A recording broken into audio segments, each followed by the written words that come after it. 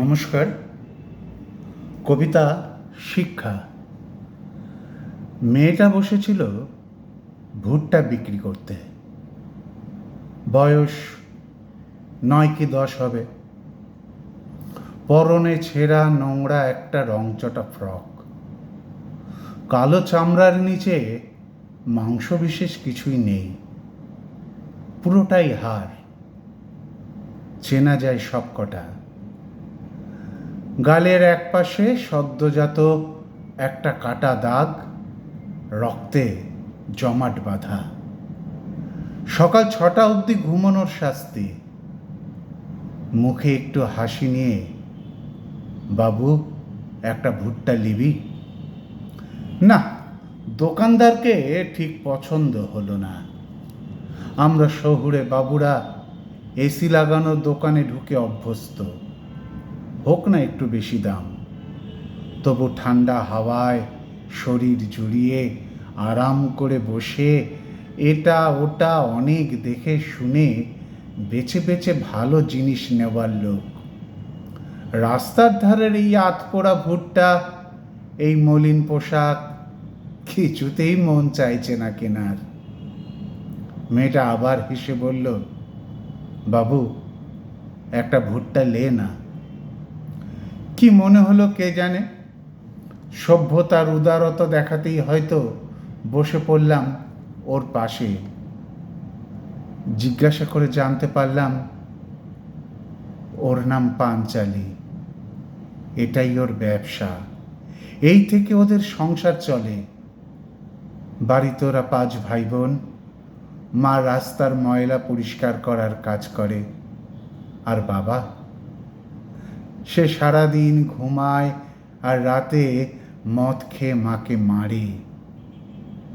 মেয়েটার হাসি মিলিয়ে যায়, বলে, বাবু একটা ভুট্টা লে। ইচ্ছে হলো ওর কাছ থেকে সবকটা ভুট্টা কিনে নিয়ে দরদের ঢাকনা উপর করে দিই। চমকে উঠলাম পরের কথায়। বাবু পিছনে চল না, বেশি লিব না, 10-20 যা হয় দিস, আমি তোকে খুশি করে দেব। ভুট্টা তোকে নিতে হবে না, তুই যেমন বলবি তেমন করে ঠিক তেমনি আদর করে দিব।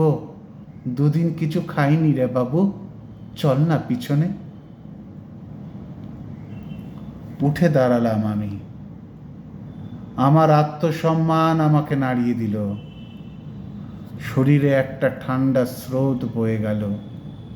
যার এখন স্কুলে যাবার সময়, যার এখন খেলা করার সময়, যার এখন আনন্দ করার সময়, হে ভারত মাতা, স্বাধীন হয়েছ তুমি, কিন্তু স্বাধীন ভারতে এ কি তোমার অবয়ব? নিজেকে বড় ছোট মনে হলো। পকেট হাতড়ে 20 টাকা ওর ভুট্টার উপর ফেলে বড় বড় পায়ে হাঁটা দিলাম। কোথায় যাব, শান্তি পাব, এই চিন্তা থেকে মুক্তি পাব। পেছন থেকে মেয়েটা হাত ধরে টেনে ধরল, বাবু মাগনাই কিছু নেই না, তোর টাকা তুই নে। আমরা ছোট ঘরের মেয়ে, তাই মুখে তোর পছন্দ হলো লাই। তুই বড় ঘরের লোক, তোর টাকা মোর পছন্দ হয় লাই। ভুট্টা বেচে শরীর বেচে খাই, কারোর দয়ায় বাঁচি না।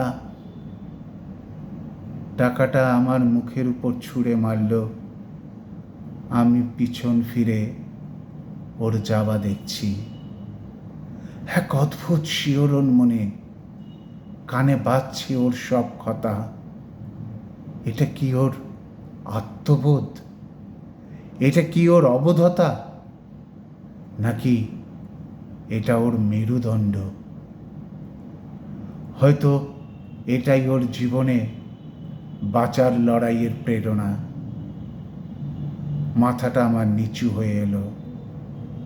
মনে হলো এটাই আমার দেশ, এটাই ভারতবর্ষ, আর এটাই আমার দেশের অহংকার। নমস্কার।